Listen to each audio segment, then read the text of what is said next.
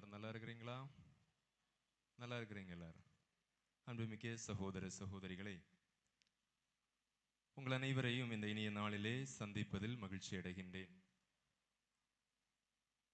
தூய ராஜகன்னி மாதா வழியாக ஆண்டவர் உங்களுக்கு நீங்கள் விரும்பி தேடுகின்ற அன்பையும் அருளையும் சமாதானத்தையும் நிறைவாக தரட்டும் என்று உங்களுக்காக ஜெபிக்கின்றோம். ஏறக்குறைய 10-11 நாட்களாக மாலை ஆராதனைகளிலும் காலை திருப்பலிகளிலும் கலந்து கொண்டு ஜெபித்தும் வழிபாடுகளிலே பங்கெடுத்து அதே போல பல்வேறு பவனிகளிலும் பங்கெடுத்து நம்முடைய நம்பிக்கையை நாம் வெளிக்கொணர்ந்திருக்கின்றோம். உங்கள் ஒவ்வொருவருக்கும் திருவிழா நல்வாழ்த்துக்களை தெரிவித்துக் கொள்வதிலே மகிழ்ச்சி அடைகின்றேன். எல்லாருக்கும் திருவிழா நல்வாழ்த்துக்கள். நான் சொல்ல போற காரியம் எல்லாருக்கும் பொதுவானது. வழக்கமா நாம் கேட்கக்கூடிய உரைகளை கேட்டுட்டு என்ன சொல்லுவோம்? பிரசங்கம் சூப்பரா இருந்து, ஆனா கேட்க வேண்டிய ஆளு வரல, அப்படித்தானே சொல்லுவோம். இத மாதிரி தான் ஒரு ஃபாதர் அங்க பேசிட்டு இருந்தாரு. அப்போ அவரு பிரசங்கம் வச்சுட்டு இருந்தப்போ மக்கள் எல்லாம் அவங்க பாட்டு பேசிட்டு இருந்தாங்க. இப்போ ஃபாதர் கொஞ்ச நேரம் பார்த்தாரு, யாருமே கவனிக்க இல்லையா? அப்போ அவர் சொன்னார், என் அன்பு மக்களே, நீங்கள் மனம் மாறவில்லை என்றால் வருகின்ற வெள்ளிக்கிழமை இரவு 12 மணிக்கு முன்னால் நம்ம கோயில் உள்ள எல்லாரும் செத்து போயிருவீங்க. எல்லாரும் ஸ்டெடியா உட்கார்ந்தாங்க. ஆனா பின்னாடி ஒரு பையன் மட்டும் நிமிர்ந்து உட்கார்ந்து சிரிச்சுட்டே இருந்தான். அப்போ ஃபாதர் நினைச்சார் அவனுக்கு புரியல அப்படின்னு திரும்ப சொன்னார், என் அன்பு மக்களே, நீங்கள் மனம் மாறவில்லை என்றால் வருகின்ற வெள்ளிக்கிழமை இரவு 12 மணிக்கு முன்னால் நம்ம கோயில் உள்ள எல்லாரும் செத்து. நான் எங்க பூசை பார்க்க தான் வந்து, எங்க ஊர்ல பூசை இல்லை, அதனால நீங்க சொன்னது இந்த கோயில்ல உள்ளவங்களுக்கு, அதனால எனக்கு இதுக்கு எந்த சம்பந்தம்? முதல்ல சொன்ன எல்லாருக்கும் சம்பந்தம் உண்டு. அன்புமிக்கவர்களே, ஒரு அழகான தலைப்பு, வளர்வோம் நல்ல கனிதருகின்ற பயிர்களாக, களைகளாக அல்ல, பயன் தரக்கூடியவர்களாக நாம் வளர்வோம். எல்லாருக்குமே ஏதாவது வகையில் கண்டிப்பாக பயன் கொடுக்க முடியும். ஒரு உதாரணம், 2016ஆம் ஆண்டிலே கோழிக்கோட்டு, கேரளாவிலே கோழிக்கோட்டிலே அப்போதைய முதலமைச்சர் உம்மன் சாண்டி அவர்கள் ஒரு ஐடிஐ அடிக்கல் நாட்டுவதற்காக வருகின்றார். ஒரு பெரிய கூட்டத்திற்கிடையே திடீரென்று உம்மன் சாண்டி அப்படின்னு ஒரு பெயர் யாரோ கூப்பிட்டாங்க. அவர் திரும்பி பார்க்கிறாரு, முதலமைச்சர் திரும்பி பார்க்கிறாரு.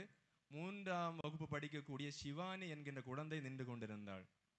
அந்த சத்தத்திற்கிடையிலே அந்த குரல் அவருடைய காதுகளிலே விழுந்ததும் அவர் பக்கத்திலே வந்து, நீதானே என் பெயரை சொல்லி கூப்பிட்ட? ஆமா. ஏன் கூப்பிட்ட? உங்க பெயர் அதுதானே, அதான் கூப்பிட்டேன். எதற்காக கூப்பிட்ட? அவனுக்கு வீடு இல்லை. யாருக்கு? அமல கிருஷ்ணன் கூட படிக்கிற பையன், அவனுக்கு வீடு இல்லை.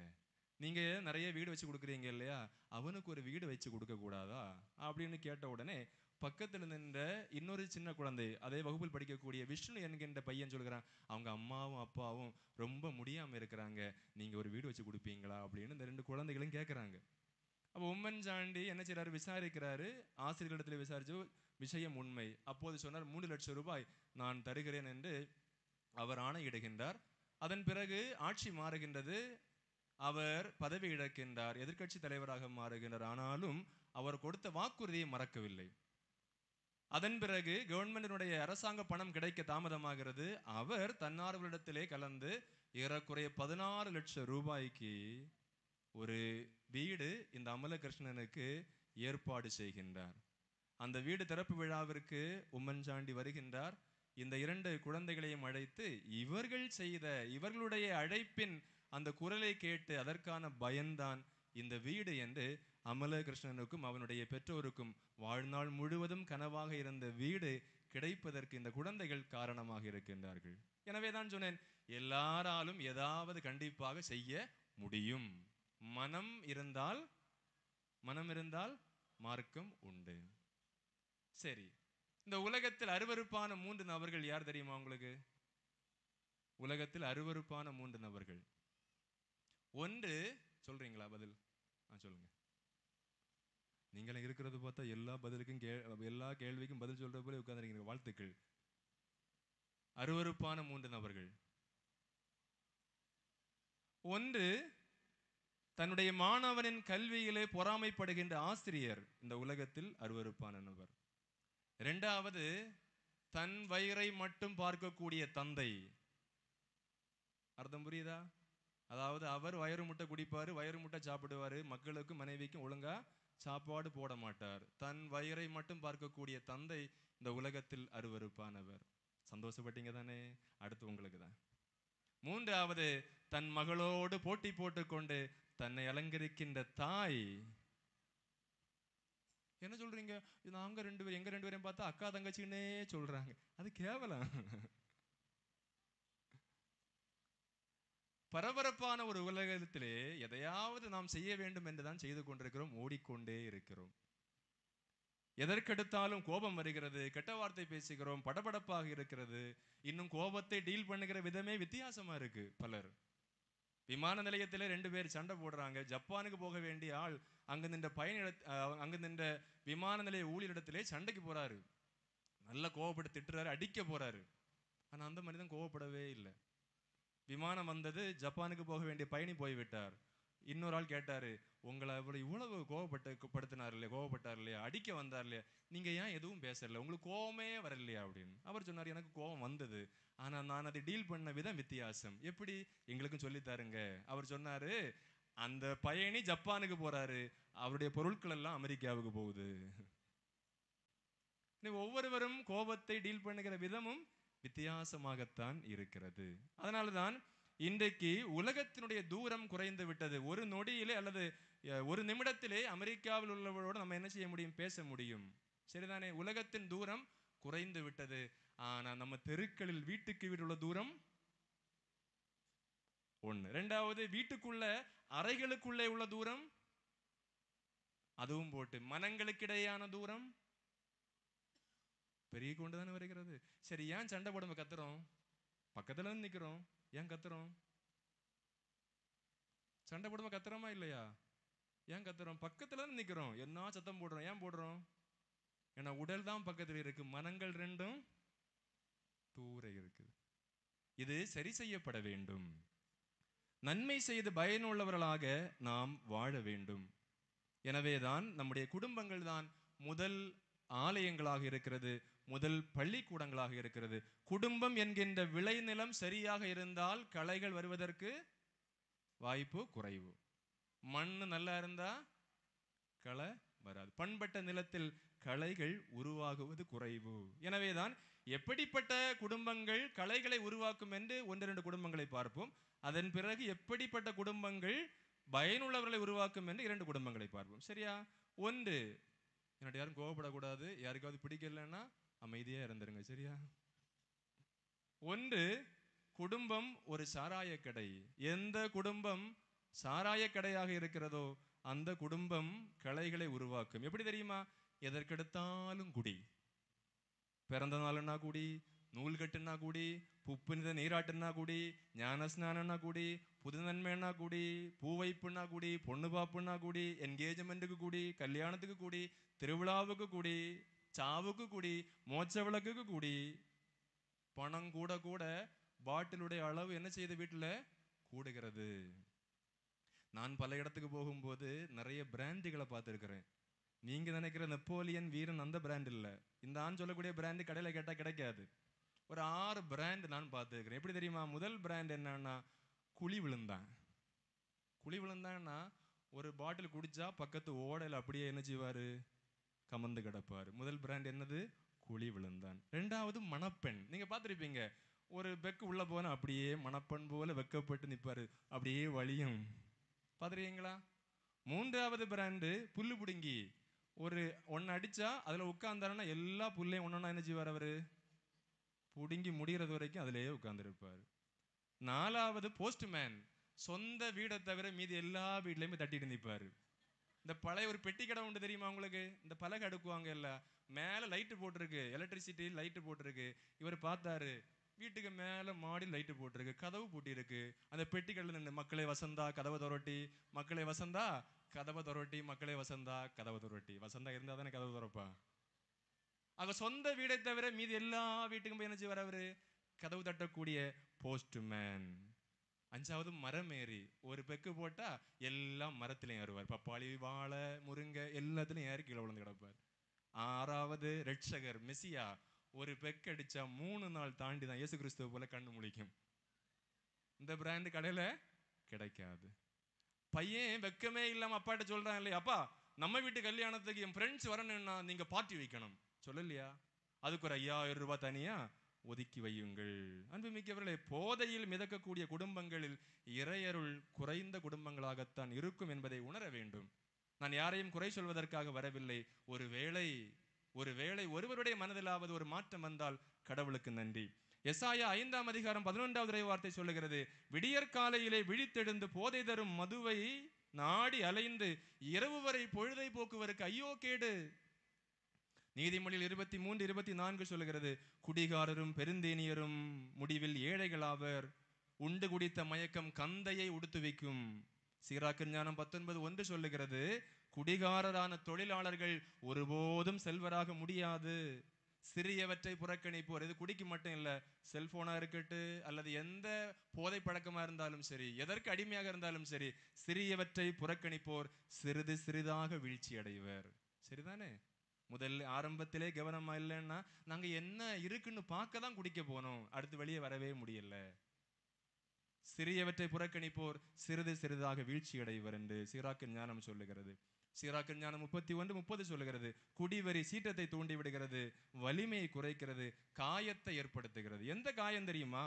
உடன் வாழ்பவர்களுடைய மனக்காயம். அதாவது ஒருவருடைய மனைவி, குடிப்பழக்கத்திற்கு அடிமையான ஒருவருடைய மனைவி தன் வாழ்வை நொந்து வேதனையோடு புலம்புவது காதுகளில் விடவில்லையா? பிள்ளைகள் பயத்தில் தாழ்வு மனப்பான்மையோடு ஆளுமை பண்புகளை இழந்து தனிமையிலே அவர்கள் பொய் பேசி பல்வேறு தவறுகளிலே ஈடுபட்டு குழப்பத்தில் வாழ்வது நமக்கு தெரியவில்லையா? 25 வயது இளம்பெண் சிறைச்சாலையில உட்கார்ந்து இருக்கின்றார். நீ ஏன் இப்படி செய்த, ஏன் இப்படி செய்த அவங்கள்ட்ட திரும்ப திரும்ப கேட்கிறாங்க. அவ பதில் சொல்லவே இல்லை. முந்தின நாள் கை குழந்தையை அறிவாளால் வெட்டி கொலை செய்திருக்கிறாள். 28 வயது கணவன் போதை பழக்கத்துக்கு அடிமையானவன் எல்லா நாளும் ரகளை செய்கின்றான். அவன் மீதான கோபம் இவளுக்குள்ளே வச்சு வச்சு வச்சு அடக்கி வச்சு வச்சு ஒரு நாள் வெளியிலே வருகிறது. அன்று தீபாவளிக்கு முந்தின நாள் காலையிலே வந்து குழந்தையினுடைய காலில் கிடந்த கொலுசை எடுத்துக்கொண்டு குடிக்க சென்று விட்டான். இரவு மீதம் இருந்த ஒரு சிலிண்டரை தூக்கி கொண்டு சென்று விட்டான். இவளுக்கு ஆவேசம், அவனை ஒன்றும் பண்ண முடியல.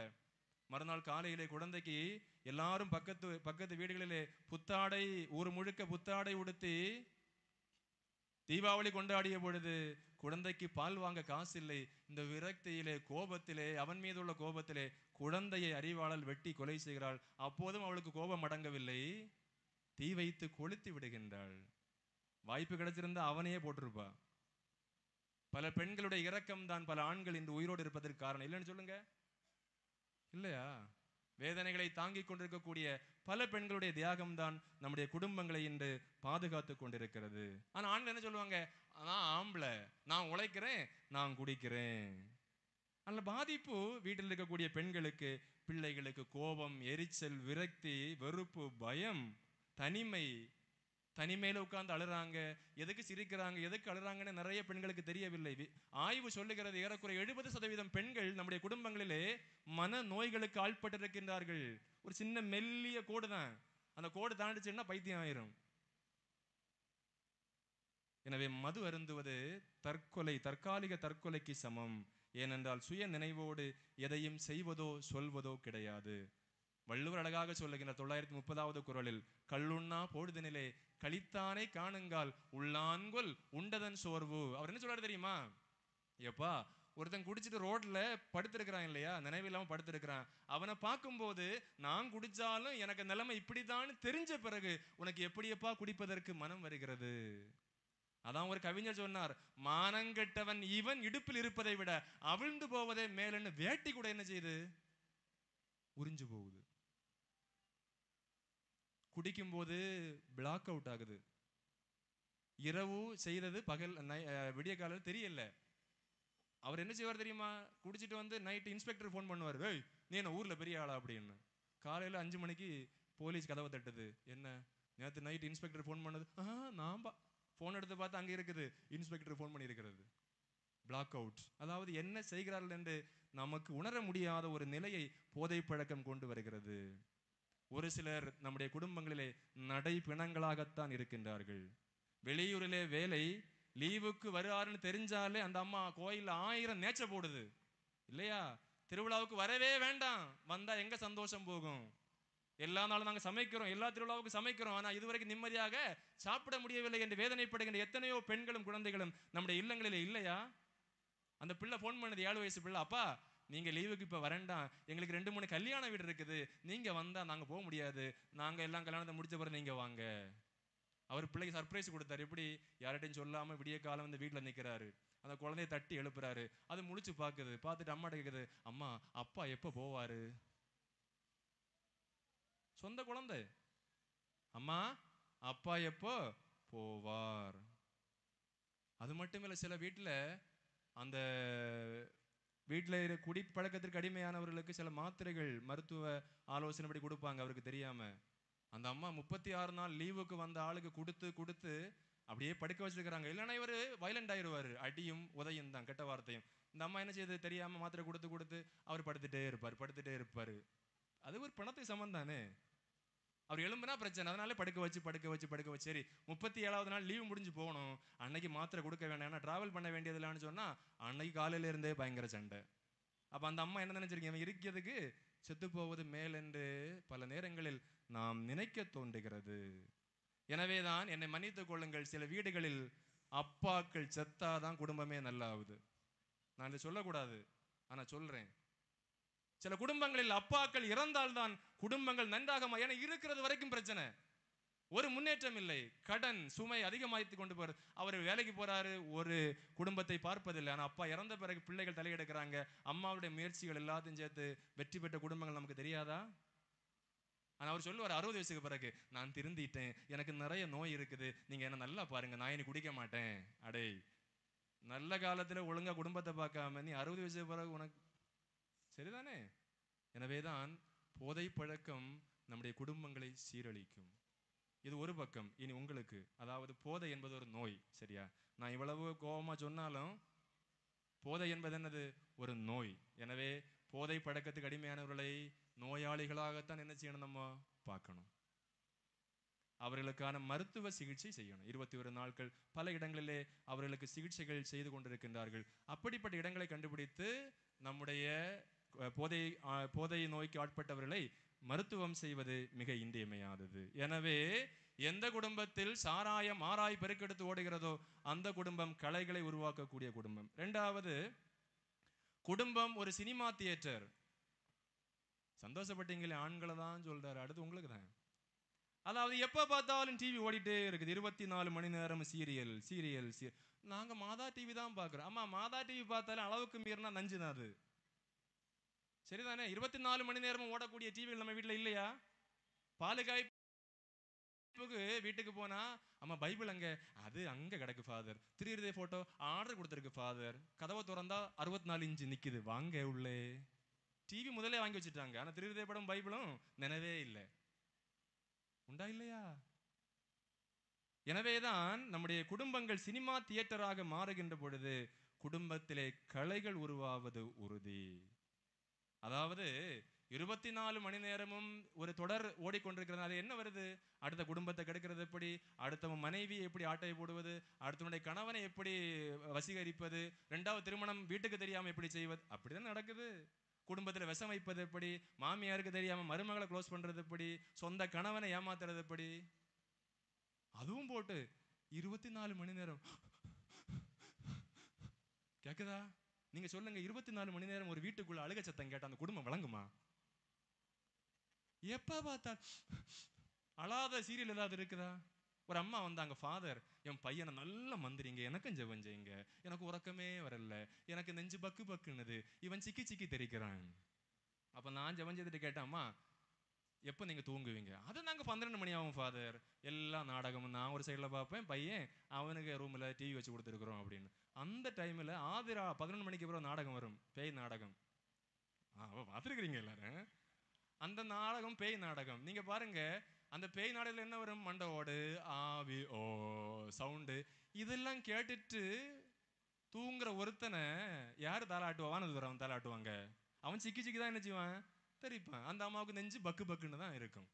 ஆனா சொன்னா என்ன சொல்லுவாங்க? அதெல்லாம் இல்ல ஃபாதர், இது ஓத்துறோம். கல்லறையில் கிடக்கிறவனுக்கு நிம்மதி கிடையாது. செய்யற தவறுகளை எல்லாம் நாம் செய்கிறோம். அதனாலதான் சொல்லுவார், வருமுன் காவாதான் வாழ்க்கை எரிமுன் வைத்தூறு போல கெடும். வருவதற்கு முன்னால் காப்பாற்றவில்லை என்றால் நம்முடைய குடும்பங்களில் நாம் எதிர்பாராத பிரச்சனைகளை சந்திக்க நேரிடும். அதே போல பணம் வர வர ஆடம்பரம் கூடுது இல்லையா? மேக்கப் பொருட்கள் என்ன, அலங்கார பொருட்கள் என்ன, தேவையற்ற குப்பைகளை எல்லாம் நாம் வாங்கி குவிக்கிறோமே. எனவேதான் அழகு ஏமாற்றும், எழில் அற்றுப்போகும், ஆண்டவரிடம் அச்சம் கொள்ளும் பெண்ணே புகழத்தக்கவள் என்று நீதிமொழிகள் 31:30 சொல்லுகிறது. பையன் மாதிரி தலையை பார்த்துருக்கிறீங்களா? எப்படி இருக்குது? குருவி கூடு வைக்க போரு. நீங்க பிள்ளைகளை திட்டக்கூடாது, சரியா? ஏன்னா ஒரு டைம் வரும் தானா வெட்டுவாங்க. அவன் போய் சொன்னான் கடையில், அவர் கேட்டார், உனக்கு என்ன கட்டிங் வேணும்? ஸ்பைக் கட்டிங் வேணுமா, மஷ்ரூம் கட்டிங் வேணுமா, பாக்ஸ் கட்டிங் வேணுமா, ஸ்டெப் கட்டிங் வேணுமான்னு. அவன் சொன்னான், நீங்க என்ன வேணாலும் வெட்டுங்க, சண்டை போடும்போது பொண்டாட்டி தலையில பிடிச்சா என்ன செய்யக்கூடாது? பிடிக்க நிற்க கூடாது.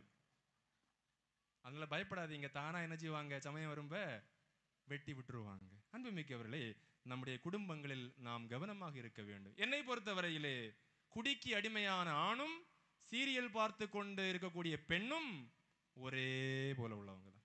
குடும்பத்தை சீரழிக்கின்றார்கள், பிள்ளைகளுடைய வாழ்க்கையை கெடுக்கின்றார்கள். அடுத்து வீடு ஒரு கல்லறை தோட்டம். அதாவது சில ஆட்கள் வெளியே போனா விழுந்து விழுந்து சிரிப்பாங்க, அடுத்த ஆட்கள்கிட்ட பேசுவாங்க. வீட்டுக்குள்ள வந்தா mister Elizabeth, mister Zacharia, mrs Elizabeth, நித்திய மௌனம், உட்கார்ந்திருப்பு, பேசவே மாட்டாங்க வீட்டுக்குள்ள வந்தா. அந்த அம்மா சொல்லுது, எங்க என்கிட்ட ஏதாவது பேசுங்க. உன்னிட்ட நான் என்ன பேச? யார் தெரியுமா? கல்யாணத்துக்கு முன்னாடி இட்ட வெளுக்க பேசின ஆட்கள், விடிய விடிய கொஞ்ச நேரம் கூட, எங்க எனக்கு நாளை காலேஜ் போன கொஞ்ச நேரம் கூட உன்னிட்ட பேசுனாதான் எனக்கு தூக்கம் வருதுன்னு சொன்ன அதே ஆள் இப்ப என்ன சொல்ல, உன்னிட்ட நான் என்ன பேச? அவரு இப்ப எல்லாருக்கும் ரெண்டு ரெண்டு சிம், ஒய்ஃப் 1 ஒய்ஃப் 2 அவர் போட்டு வச்சிருக்காரு. அந்த அம்மா எனக்கு ஹஸ்பண்ட் 1 ரெண்டு SIM, husband 1 husband 2, husband wife 1ல இருந்து ஹஸ்பண்ட் 2க்கு போன் வருது. ஹலோ, அவர் எடுத்தாச்சு. ஹலோ ஒய், இருட்ட வெளுக்க பேசின ஆளு, ஹலோ ஒய், உண்டா இல்லையா? எனவேதான் நம்முடைய குடும்பங்களிலே நாம் பேச கற்றுக்கொள்ள வேண்டும். குழந்தைகளிடத்திலே பேச வேண்டும், பெரியவர்களிடத்திலே பேச வேண்டும். அதாவது பெற்றோர் உட்கார்ந்து பேசாத குழந்தைகள் அனாதைகள். பள்ளிக்கூடத்திலிருந்து வருகின்ற பொழுது குழந்தைகளை வரவேற்று அன்போடு நீங்கள் பேசவில்லை என்றால் அந்த குழந்தைகள் அனாதைகளுக்கு சமம். 70-75 வயதுக்கு மேற்பட்ட பெற்றோர்கள், முதியவர்கள், மாமனார் மாமியார் நம்முடைய வீடுகளில் இருக்கின்ற பொழுது அவர்களை கவனிக்காமல் இருந்தால், அவருடைய பணம் வேண்டும், அவருடைய சொத்து வேண்டும், எல்லாம் வேண்டும், ஆனால் அவர்களை கவனிக்கவில்லை என்றால் அவர்கள் அனாதைகளுக்கு சமம். சில வீட்டில் மாமனார் மாமியார் எதுக்கு பயன்படுத்துவாங்க? கரண்ட் பில்லு கட்ட, மீன் வாங்க, பிள்ளைகளை பள்ளியை கொண்டு விடுறதுக்கு. சரிதானே? அது தவறு. அவர்களுக்குரிய மரியாதையை கொடுக்க வேண்டும். எனவேதான் கொடுக்க வேண்டியதை கொடுக்க வேண்டியவர் கொடுத்தால்தான் மதிப்பு, கொடுக்க வேண்டியதை கொடுக்க வேண்டிய நேரத்தில் கொடுத்தால்தான் மதிப்பு. இது கூட பரவாயில்ல, ஒரு சிலர் பேசினா குத்தி தான் பேசுவாங்க. குடிகாரம் பேச்சு கூட விடிஞ்சா போச்சு, இந்த குடிக்காத சில ஆட்கள் பேசுவாங்க பாத்தீங்களா, அது நெஞ்ச அப்படி தழைச்சு உள்ள கொண்டு போயிடும். உண்டா இல்லையா? அதான் சொல்லுவாங்க, ஆண்கள் எல்லாத்தையும் மறப்பாங்க, ஆனா ஒன்னையும் மன்னிக்க மாட்டாங்க. பெண்கள் எல்லாத்தையும் மன்னிப்பாங்க, ஆனா ஒன்னும் என்ன செய்ய மாட்டாங்க? மறக்க மாட்டாங்க. அவர் என்ன செய்யறாரு? 2 வருஷத்துக்கு முன்னாடி வீட்டுக்கு வரும்போது காலில் கல் தட்டுச்சு, கீழே விழுந்தார். வந்து சொன்னாரு மனைவி கிட்ட, நான் வந்து பக்கத்து வீட்டு டீச்சரை பார்த்துட்டு வந்தேன், பக்கத்து வீட்டு டீச்சரை பார்த்துட்டு வந்தேன், அழகா இருந்தாங்க அப்படின்னு. அப்போ அந்த அம்மா சொல்லிச்சு, ஏன் போய் கெட்ட வேண்டியதானே அப்படின்னு. அவங்க கோவப்படவே இல்லை, ஏன் போய் கெட்ட வேண்டியதானே. அவர் சொன்னார் சிரிச்சுட்டு, நான் ஒன்றை பார்க்கறதுக்கு முன்னாடி பார்த்துருந்தேன்னா கட்டியிருப்பேன் அப்படின்னு. முடிஞ்சாச்சு. 2 வருஷம் கழிஞ்சு அவர் திருப்பி வரும்போது காலில் கல் தட்டுச்சு. வந்து சொன்னாரு, நான் வரும்போது கல் தட்டுச்சு, கீழே விழுந்தேன், கேட்டியா அப்படின்னு. அவர் சொன்னார், என் கண்ணை எங்கே வச்சுட்டு வந்த? அன்னைக்கு அந்த டீச்சரை பார்க்க உனக்கு கண்ணு நல்லா இருந்தது, கீழே கிடந்த கல்லை பார்க்க வருஷம் எத்தனை? மன்னிப்பார்கள், ஆனா உன்னையும் மறக்க மாட்டாங்க பெண்கள். அதனாலதான் நீங்க ஒரு விஷயத்தை மனதில் வைத்துக் கொள்ள வேண்டும். ஆண்கள் மூளையால் யோசிக்கக்கூடியவர்கள், பெண்கள் இதயத்தால் யோசிக்கக்கூடியவர்கள். ஆண்களுக்கு பெண்களிடம் எதிர்பார்ப்பு என்னது? ஆண்கள் பெண்களிடம் என்ன எதிர்பார்க்கிறார்கள்? சரி, பெண்கள் நீங்க ஆண்கள் என்ன எதிர்பார்க்குறீங்க? தெரியாமலே குடும்பத்தை ஓட்டியாச்சேன். அது நீங்க பெண்கள் எதிர்பார்க்கிறது ஒண்ணுதான், அன்பு. சரிதானே? அவர் அன்பா இருக்கணும். ஆனா ஆண்கள் எதிர்பார்ப்பது அன்பை விட மதிப்பு. எந்த குடும்பத்தில் ஆண் மட்டம் தட்டப்படுகிறாரோ அந்த குடும்பத்தினுடைய ஆண் நிம்மதியாகவே இருக்க மாட்டார். எந்த குடும்பத்தில் ஆணுக்கு மதிப்பு இல்லையோ, அதான் அவர் ஊர்ல பெரிய ஆளு, அந்த அம்மாட்ட வந்து கேட்டாங்க, ஐயா எங்க அப்படின்னு கேட்டாங்க. அந்த அம்மா சொல்லிச்சு, அந்த நாய் எங்க போச்சுன்னு யாருக்கு தெரியும்? ஊர்ல பெரிய ஆளு, ஆனா சொந்த மனைவிக்கு யாரும் இல்லை. எனவேதான் ஆண்கள் மதிக்கப்பட வேண்டும், பெண்கள் அன்பு செய்யப்பட வேண்டும். ஆண்கள் மூளையால் யோசிக்கக்கூடியவர்கள், பெண்கள் இதயத்தால் யோசிக்கக்கூடியவர்கள். அதனால தான் நான் எவ்வளவோ அன்பு கொடுக்குறேன், எவ்வளவோ அன்பு கொடுக்குறேன், அவர் அதை எடுத்துக்கவே இல்லை, எடுத்துக்க மாட்டாரு. ஏன்னா ஆண்களுக்கு 3 2 5, அதுக்கு மேல என்ன செய்ய முடியாது, யோசிக்க முடியாது. 3 2 5. பெண்கள் அப்படி இல்லை. 1 1 1 1 1 5, 4 1 5, 3 1 1 5. இதெல்லாம் பெண்கள் இதயத்தால் சிந்திக்கக்கூடியவர்கள். ஆண்களுக்கு எப்படி? 3 2 1, நேரவா நேர போ. எவ்வளவோ அன்பு கொடுக்குறேன், அவருக்கு புரியாது. நீங்கள் அவரை மதித்து பாருங்கள், வைக்க வேண்டிய இடத்துல வச்சு பாருங்க, அவர் தானா வழிக்கு வருவார். பண்புள்ள மனைவி தன் கணவனுக்கு மணிமுடி, இழிவு வருவிப்பவள் அவனுக்கு எலும்புருக்கி போல் இருப்பாள் என்று நீதிமொழிகள் 12ஆம் அதிகாரம் 4வது இறைவார்த்தை சொல்லுகிறது. எனவே அன்புமிக்கவர்களே, இதெல்லாமே கலைகள் உருவாக்கக்கூடிய குடும்பம். இனி நல்ல குடும்பங்கள் 2. ஒன்று, குடும்பம் ஒரு பள்ளிக்கூடம். எல்லாவற்றையும் நம்முடைய பிள்ளைகள் பள்ளிக்கூடத்தில் கற்பது போல குடும்பத்தில் தான் என்ன செய்கிறார்கள், கற்றுக்கொள்கிறார்கள். பெற்றோர்கள் முதல் ஆசிரியர்கள். வயதான பெற்றோரை கவனிப்பதில், அவர்களுக்கு சாப்பாடு வழங்குவதில், நல்ல வார்த்தைகளை பேசுவதில், அவர்களோடு நேரம் செலவழிப்பதில் பிள்ளைகளுக்கு பெற்றோர் முன்மாதிரி. கணவனும் மனைவியும் ஆசிரியர்களாக அந்த குழந்தைகளுக்கு இருக்கின்றார்கள். அதனால தான் ஒரு ஆசிரியர் என்ன சொன்னாருன்னா, வயதான பெற்றோர்களை அவளுடைய படுக்கையிலே அவளுடைய மல ஜலங்களை எல்லாம் சுத்தம் செய்து அவர்களுக்கு சாப்பாடு வாரி கொடுத்து அவரை நன்றாக கவனிக்கக்கூடிய கைகள் பலிபீடத்திலே பலி ஒப்பு கொடுக்கக்கூடிய குருவின் கைகளை விட புனிதமானது. அதில் மாற்று கருத்தே கிடையாது. எந்த குடும்பத்திலே வயதானவர்களை நன்றாக கவனிக்கிறீர்களோ உங்களுடைய கைகள் ஆசீர்வதிக்கப்பட்ட கைகள், உங்களுடைய குடும்பமும் ஆசீர்வதிக்கப்பட்ட குடும்பமாக இருக்கும். தொடக்க நூல் 3ஆம் அதிகாரம் 21வது இறைவார்த்தை சொல்லுகிறது, நம்முடைய குடும்பங்களிலே குறை சொல்லுவதை நிறுத்துங்கள். ஆதாமும் ஏவாளும் தவறு செய்கின்றார்கள். அதன் பிறகு ஆண்டவர் அவர்களுக்கு சிறு தண்டனைகளை கொடுத்து விட்டு தோலாலான ஆடை கொடுக்கின்றார். ஆடை நிர்வாணத்தை மறைப்பதற்காக. ஒரு கணவன் மனைவிக்கு ஆடையாக விளங்க கடமைப்பட்டவர்கள். அதாவது உங்களுடைய சொந்த கணவனுடைய மனைவியுடைய குறைகளை வெளியிலே சொல்லுகின்ற பொழுது அது அவரை நிர்வாணப்படுத்துவது, கேவலப்படுத்துவது. மாறாக அவரை என்ன செய்ய வேண்டும்? ஆடை போல மறைக்க வேண்டும். குற்றங்குறைகளை பொறுத்து கொள்ள வேண்டும். அவரை மதிப்போடு நடத்த வேண்டும். அது கணவனையாக இருந்தாலும் சரி, மனைவியாக இருந்தாலும் சரி. குறை சொல்லுவதால் நாம் தான் மீண்டும் மீண்டும் கேவலப்பட்டு நிற்போமே தவிர வேறு ஒன்று அல்ல. எனவே ஒருவருக்கொருவர் ஆடையாக விளங்குங்கள். இரண்டாவது, ஒருவருக்கொருவர் ஆசியாக விளங்குங்கள். ஆபிரகாமுக்கு ஆண்டவர் கொடுத்த வாக்குறுதி, நீ ஆசியாக விளங்குவாய். ஒருவருக்கொருவர் ஆசியாக என்றால், இந்த மருமகளின் குடும்பத்துக்கு வந்த பிறகு என் குடும்பம் நல்லா இருக்கு, ஆசீர்வதிக்கப்பட்ட குடும்பமா இருக்கு. இந்த மருமகன் குடும்பத்துக்கு வந்த பிறகு என் குடும்பம் ஆசீர்வதிக்கப்பட்ட குடும்பமா இருக்குன்னு நம்மளை பார்த்து சொல்கிறார்களா? இல்ல. என்னைக்கு இது வீட்டுக்கு வந்ததோ அன்னைக்கு நாசம் பிடிச்சுன்னு சொல்றாங்களா? கடைசியா நம்முடைய குடும்பங்கள் கோயில்களாக மாற வேண்டும். அதாவது ஆலயத்திற்குள்ளே அசிங்கமான எதையும் நம்ம என்ன செய்ய மாட்டோம், கொண்டு வர மாட்டோம். அதை போல வீட்டிலும் அப்படித்தான். தேவையற்ற எந்த விஷயமும் நம்முடைய வீடுகளுக்குள்ளே வரவே கூடாது. ஆலயத்தை நாம் எவ்வளவு புனிதமாக பாதுகாக்கின்றோமோ அதை போல நம்முடைய இல்லங்களையும் புனிதமாக பாதுகாக்க வேண்டியது நம்முடைய கடமை. நல்ல வார்த்தைகளை பேசுங்கள். நம்முடைய குடும்பங்களில் கெட்ட வார்த்தைகளை அந்த அம்மாவை பார்த்தா இங்கேருந்து போகும்போது மிக்கேல் தூதர் நேற்றைக்கு பிரசவிச்ச அம்மா போலயே பக்தியா போகுது. ஆனா வீட்டில் போனா சண்டைன்னு வரணும், கெட்ட வார்த்தை, ஆஹா 10 கிலோ 20 கிலோ வெயிட்டோட வெளியே சாடுது. எங்க படிச்சாங்கன்னே தெரியல. உண்டா இல்லையா? எனவே நல்ல வார்த்தைகளை பேசுங்கள், ஊக்கப்படுத்துங்கள். ஒரு குற்றங்குறைகள் இருந்தால் கூட பொறுத்து கொள்ளுங்கள். மனித வாழ்க்கையில் வேற என்ன இருக்கு? எல்லாரும் என்னைக்கு நம்ம கூட இருக்க மாட்டாங்க. அதனாலதான் ஆண்கள் ஒரு தெனாவட்டு உண்டு. எம் மனைவி தானே, அடிச்சா என்ன, அடிச்சா ஒன்றும் பிரச்சனை இல்லை. அந்த அம்மா செத்து போனவரும் அதுக்கு அருமை தெரியும். அவ தண்ணி கொண்டு வான்னு சொல்லுவாரு. தண்ணி கொண்டு வந்த உடனே செம்போட எட்டி உதைப்பாரு. கேட்டா நான் ஆம்பளை, அவ எனக்கு அடிமை. அந்த அம்மா செத்து போச்சு சமயத்துக்கு. அவர் அடிக்காம இருந்திருந்தா இன்னும் கொஞ்சம் வருஷம் இருந்திருக்கும். ஆனா இப்ப என்ன தெரியுமா? தண்ணி தாகம் எடுக்கும்போது மருமகள்கிட்ட எம்மா ஒரு கப்பு தண்ணி கொண்டு வான்னு கேட்கறது கூச்சப்பட்டு பல நேரங்களில் தண்ணியே குடிக்காம உட்கார்ந்துருக்கு. எப்படிப்பட்ட ஆள் பாருங்க, எப்படி இருந்தவர். இப்போ அதனாலதான் இருக்கும்போது ஒவ்வொருவருடைய மதிப்பையும் நாம் உணர வேண்டும். இறந்த பிறகுதான் பலருக்கு நமக்கு என்ன செய்கிறது, பலருடைய மதிப்பு நமக்கு தெரிகிறது.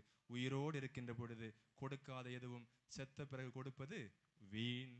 எனவே நாம் அனைவரும் பயனுள்ளவர்களாக ஒருவருக்கு ஒருவர் மாறுகின்ற பொழுது, ஆறுதல் அளிக்கின்ற பொழுது, நல்ல வார்த்தைகளை சொல்லுகின்ற பொழுது நாம் கடவுள் முன்னிலையிலும் மனிதர் முன்னிலையிலும் பயனுள்ளவர்களாக மாறுவோம். சீராக்கு ஞானம் 25ஆம் அதிகாரம் 1வது இறை வார்த்தை சொல்லுகிறது, என் மனதிற்கு பிடித்தவை 3, அவை கடவுள் முன்னும் அழகு, மனிதர் முன்னும் அழகு. ஒன்று, உடன் பிறப்புகளுக்கிடையே காணப்படுகின்ற ஒற்றுமை. நமக்கு அது இல்லை நிறைய இடங்கள்ல. கடவுள் முன்னும் அழகு, மனிதர் முன்னும் அழகு. இரண்டாவது, அடுத்திருப்பவரோடு ஏற்படுகின்ற நட்பு. கடவுள் முன்னும் அழகு, மனிதர் முன்னும் அழகு. மூன்றாவது, தங்களுக்குள்ளே ஒன்றித்து வாழுகின்ற கணவன் மனைவி. கடவுள் முன்னும் அழகு, மனிதர் முன்னும் அழகு. நாம் அழகு என்று எதை நினைத்திருக்கிறோம், கடவுள் அழகு என்று எதை சொல்லுகிறார் என்று உணர்ந்து பயனுள்ளவர்களாக வாழ இறைவன் நம்மை ஆசீர்வதிக்க உங்களுக்காக ஜெபிக்கின்றேன். ஆமேன்.